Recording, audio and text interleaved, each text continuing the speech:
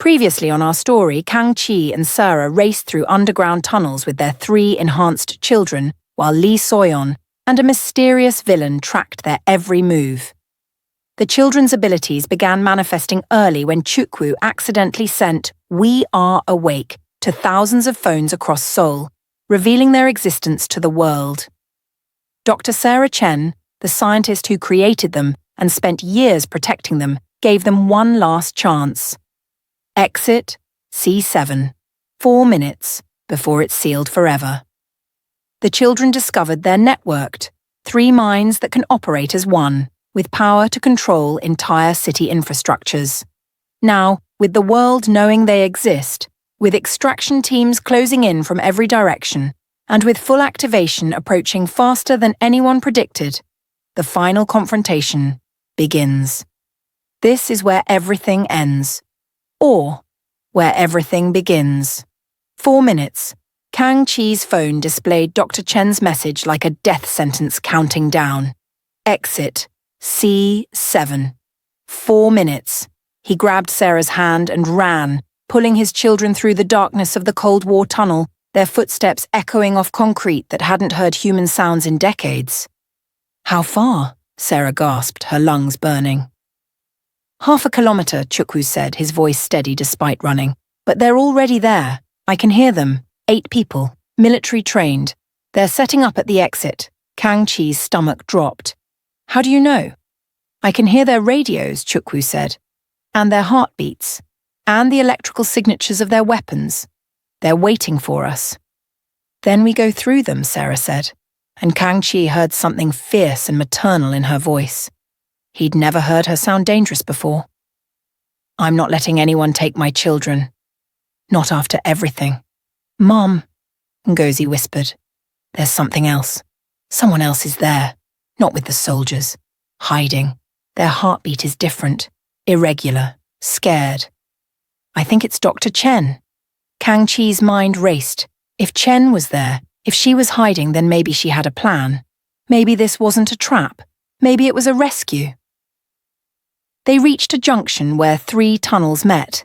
Ancient signs pointed to different subway lines, dates from the 1970s barely visible through decades of grime. Kang-chi stopped, checking his phone. Dr. Chen's message had updated. New text. Left tunnel. 90 seconds. Trust me one last time. "Dad," Emeka said quietly, and the words still hit Kang-chi in the chest every time. "I can hear something in the left tunnel. Electronic, like a device. It's broadcasting a signal I've never heard before." "What kind of signal?" "I don't know," Emeka admitted. "But it feels important, like it's calling to us." Kang-chi looked at Sarah. She nodded. Together. Always together now. "Left tunnel," he said. They ran. The tunnel narrowed, forcing them single file. Water dripped from somewhere above. The smell changed, less mold, more ozone, like electricity in the air before a storm. The tunnel opened into a small chamber.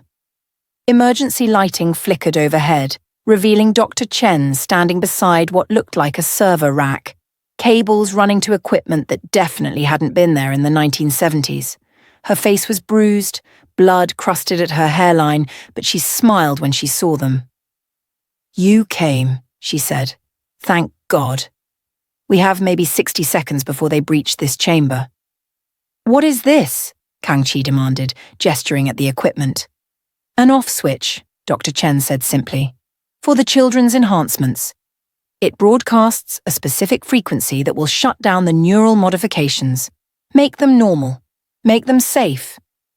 She looked at the triplets with something like love and regret. "I built it 2 years ago, just in case you wanted to choose to be normal instead of powerful." The children stared at the machine like it was both salvation and execution. "If we use it," Emeka said slowly, "we lose everything? All our abilities?"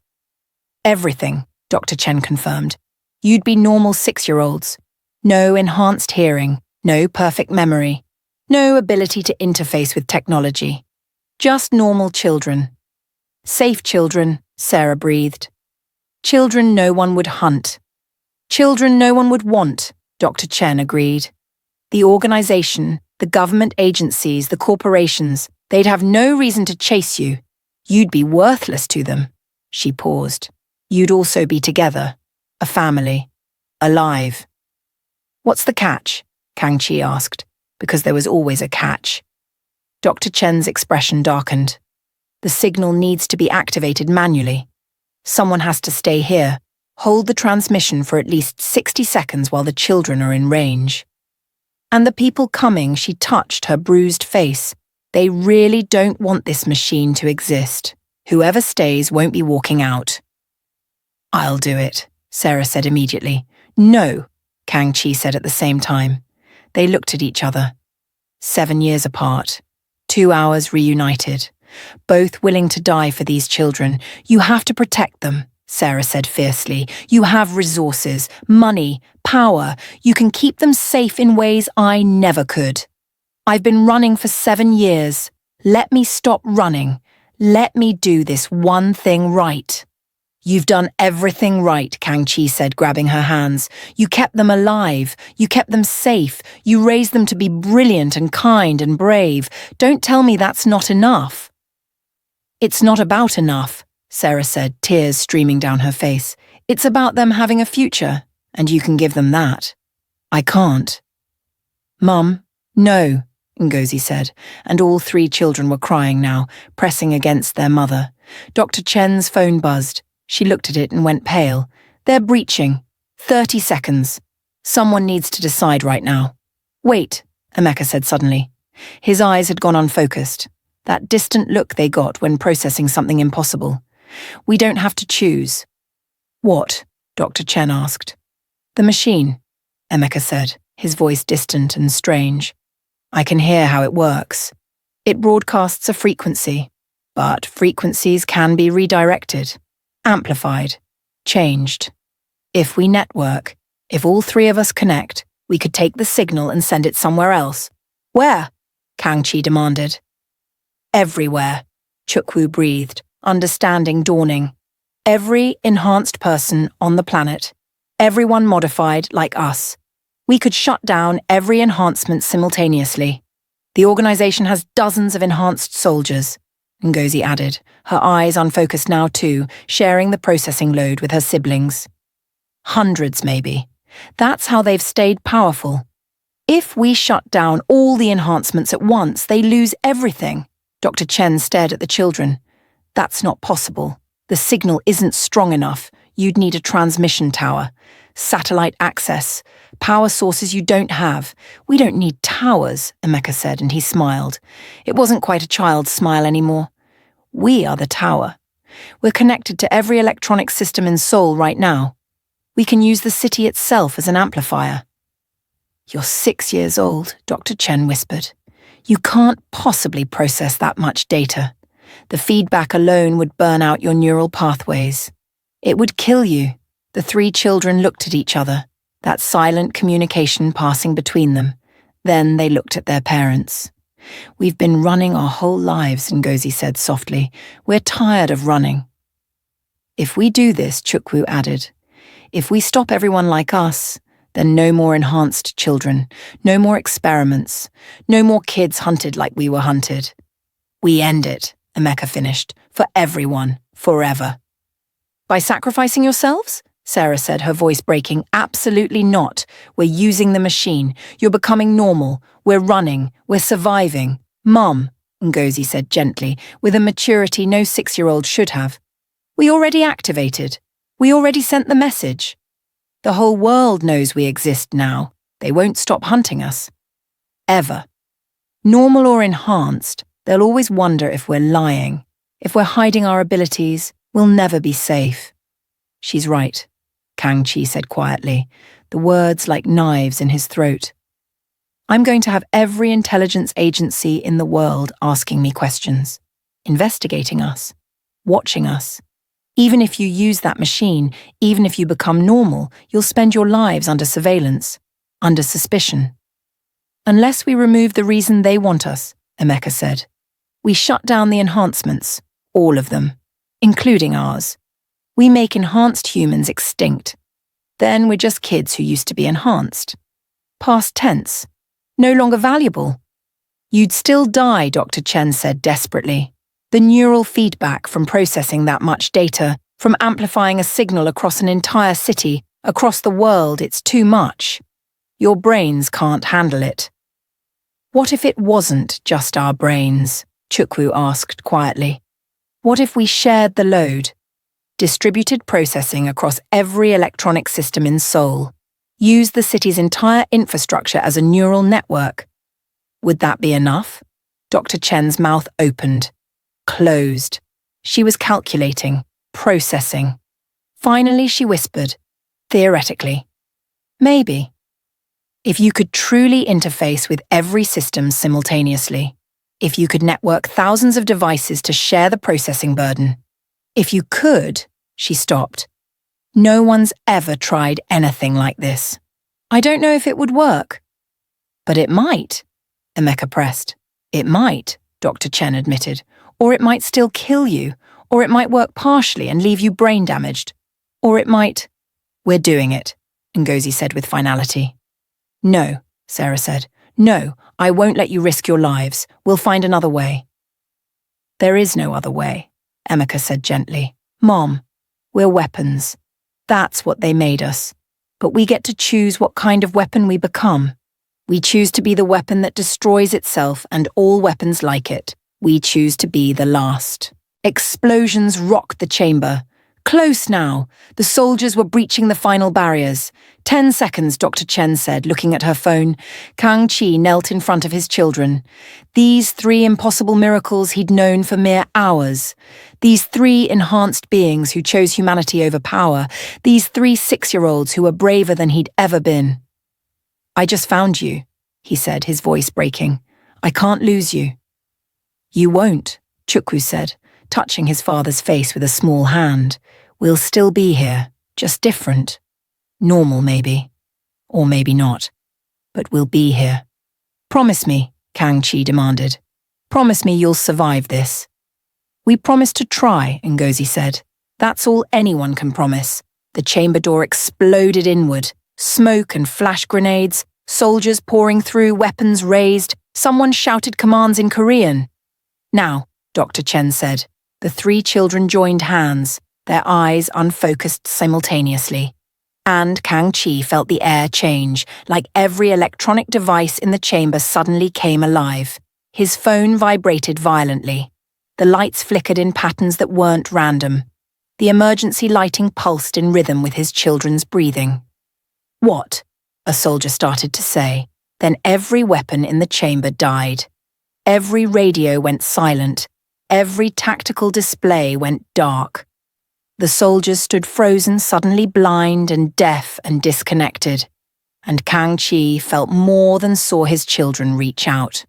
Through Seoul, through Korea, through the world. A cascade of connections spreading like lightning through every power grid, every network, every system. Traffic lights flickered in patterns across 6 continents. Power grids surged and settled in waves. Satellites adjusted orbits they hadn't been commanded to adjust. And everywhere, every enhanced human suddenly felt something fundamental change inside their biology. In the control room of PM Innovations, the unnamed villain watched his screens die one by one, watched his enhanced soldiers collapse, their modifications shutting down like someone flipped a switch, watched his entire operation, built over 15 years, unravel in 90 seconds. What did they do? He whispered. Lee Soyeon stood beside him, watching the same screens go dark. For the first time in years, she smiled. Something they probably should have done from the beginning, she said quietly. They chose. She pulled out a phone the villain didn't know she had, dialed a number he'd never seen. When she spoke, it wasn't to him. This is Agent Lee Soyeon, National Intelligence Service, Deep Cover Operation, Theta 7. Target organization has been neutralized. Enhanced program terminated. Requesting immediate extraction and arrest warrants for the following individuals. She looked at the villain with cold satisfaction, starting with the director of Nexus Global Solutions, Kim Jae-sung. Charges including human experimentation, corporate espionage, kidnapping, and about 40 other violations I've documented over the last 6 months. The villain Kim Jae-sung stared at her. You've been investigating you? Yes. Lee Soyeon's smile widened. Did you really think I'd help you kidnap children? I've been NIS since before you recruited me. Everything you've done, every order you've given, I've recorded. She gestured at the dead screens. And those children just gave me exactly the evidence I needed. A global shutdown of every enhanced human you've created. Proof of your entire operation. Armed agents poured into the control room. Kim Jae-sung didn't resist. He was too busy staring at the screens, at the empire he'd built collapsing in real time. In the underground chamber, the children gasped simultaneously and collapsed. Kang-chi caught Emeka. Sarah caught Ngozi. Dr. Chen caught Chukwu. All 3 children were unconscious, blood trickling from their noses, their breathing shallow. No, Sarah sobbed. No. Babies, wake up. Dr. Chen checked pulses, pupils, vital signs. They're alive, she said. Unconscious, but alive. Their neural activity is... She pulled out a medical scanner. It's normal. Completely normal. No enhanced patterns, no abnormal processing. They did it. They burned out their own modifications. They're normal? Kang-chi asked, not sure if he felt relief or grief. They're alive, Dr. Chen said firmly. That's what matters. The soldiers in the chamber were confused, disoriented, their enhanced abilities gone. They weren't attacking anymore. They were just scared people wondering what happened. Dr. Chen stood, faced them. It's over, she said loudly. The enhancement program is terminated. You're free. Go home. One by one, the soldiers lowered their useless weapons. Some were crying, some were laughing, some just looked lost. But they left, filing out of the chamber like people waking from a nightmare. 3 hours later, Kang-chi sat in a hospital room watching his children sleep. Normal children now. The doctors had confirmed it. No enhanced capabilities, no abnormal neural patterns. Just 3 normal, brilliant, traumatized 6-year-olds. Sarah sat beside him, holding Ngozi's hand. Dr. Chen stood by the window, her injuries bandaged, watching the sunrise paint Seoul in orange and gold. Lee Soyeon entered, showing credentials to the guards outside. She approached Kang-chi cautiously. I suppose I owe you an explanation, she said. Kang-chi looked at her coldly. You've been NIS the whole time? For 6 months, Lee Soyeon confirmed. We suspected Nexus Global was running illegal enhancement programs. I was assigned to infiltrate. Everything I did, every order I followed was to gather evidence. She paused. I know that doesn't make it better. I know you trusted me and You helped us escape, Kang-chi interrupted. The appointment system, the tunnel information. That was you? I couldn't blow my cover, Lee Soyeon said, but I could make sure you had chances. And Dr. Chen, she looked at the scientist, thank you for protecting them, for giving them the choice. Dr. Chen nodded wearily. Are there others? Other enhanced programs? Lee Soyeon's expression darkened. There were. Nexus had operations in 7 countries. But when your children shut down the enhancements globally, it exposed everyone. Every program. Every experiment. Governments are moving in. By tomorrow, there won't be a single active enhancement program left on Earth. Because 3 6-year-olds decided to end it, Sarah said quietly. 3 children who wanted other children to be safe. Ngozi stirred, her eyes fluttering open. Mum. Her voice was small, confused. What happened? Sarah pulled her daughter close, tears streaming. You saved the world, baby. You and your brothers saved everyone. I don't feel different, Ngozi said. I can't hear the heartbeats anymore. I can't, she started crying. I can't hear anything special, just normal sounds. That's good, Sarah said fiercely. Normal is good. Normal is safe. Normal means you get to be a kid. Emeka and Chukwu woke minutes later, similarly confused, similarly grieving their lost abilities. Kang-chi held them, let them cry, and made a choice. We're leaving Korea, he said. All of us. Somewhere quiet. Somewhere no one knows us. We start over. A family. Normal and alive and together. What about your company? Sarah asked. Your empire?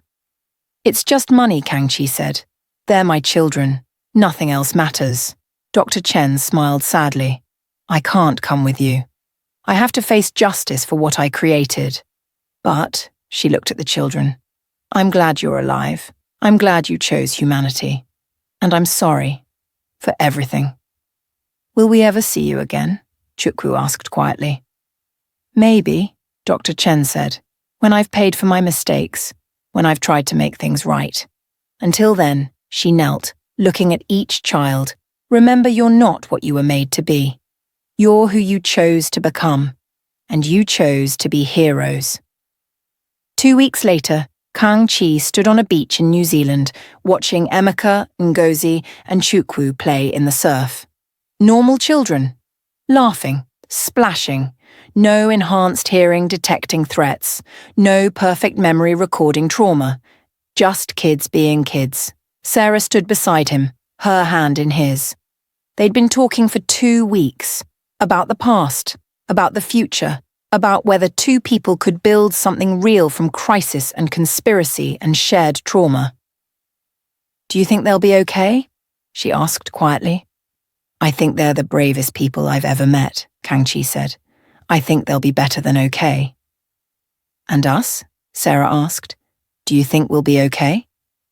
Kang-chi turned, looked at this woman who'd been alone for 7 years, who'd raised his children while he built empires, who'd sacrificed everything to keep them safe. I think we have a chance. If you'll take it. If you'll take me. Sarah smiled, and it was the first genuine smile he'd seen from her. 7 years late, Kang-chi. You're 7 years late asking me that. Better late than never. She kissed him. Soft and uncertain and full of possibility. Much better late than never. On the beach, Emeka looked up at his parents, saw them together, smiled. He couldn't hear their heartbeats anymore, couldn't process their emotions through enhanced perception. But he didn't need to. He could see they were happy. His family was together. And that was enough. That night, Kang-chi tucked his children into bed in their new house. Small by his standards, modest, but theirs. Safe. Dad, Chukwu said quietly, do you think we did the right thing, giving up our abilities? Kang-chi sat on the edge of the bed. Do you regret it? Chukwu thought for a moment. Sometimes I miss it. Remembering everything perfectly. Being special. But then I think about all the other kids who were enhanced, who were going to be hunted like us. And I think maybe being normal is the most special thing we could have chosen. I think you're right, Kang-chi said, kissing his son's forehead. I think you're absolutely right. In Seoul, Lee Soyeon closed the last file on Nexus Global Solutions. Kim Jae-sung was facing life in prison. 17 other executives were arrested across 7 countries. The enhancement programs were dismantled. And 347 enhanced individuals worldwide were free, their modifications deactivated, their lives returned to normal. On her desk sat a letter from Dr. Sarah Chen, currently serving a reduced sentence for her cooperation. It read simply, Tell them I'm proud. Tell them they were right. Tell them thank you. Lee Soyeon smiled, filed the letter, and closed her computer. Some stories ended, some heroes were never celebrated, but sometimes justice was quiet and enough. In New Zealand, Emeka dreamed. Normal dreams, child dreams, but in his dream he heard a voice. Not enhanced hearing, not a frequency, just a voice in his head, his own voice. We are the last. We chose to be the last, and that's okay. He woke up, looked at his sleeping siblings, at his parents in the other room, at the normal life they'd chosen. And he smiled, because being the last enhanced children on Earth meant every child after them would be safe. And that was worth everything. 7 years late, Kang-chi found his family. 3 hours of terror brought them together. 90 seconds of impossible courage saved the world. And one choice, made by 3 6-year-old children, ended an era of human experimentation forever. They were weapons who chose to be children, enhancements who chose to be normal, miracles who chose to be human. And in choosing, they became the greatest heroes the world would never fully know, because the best heroes are the ones who save everyone by giving up their own power.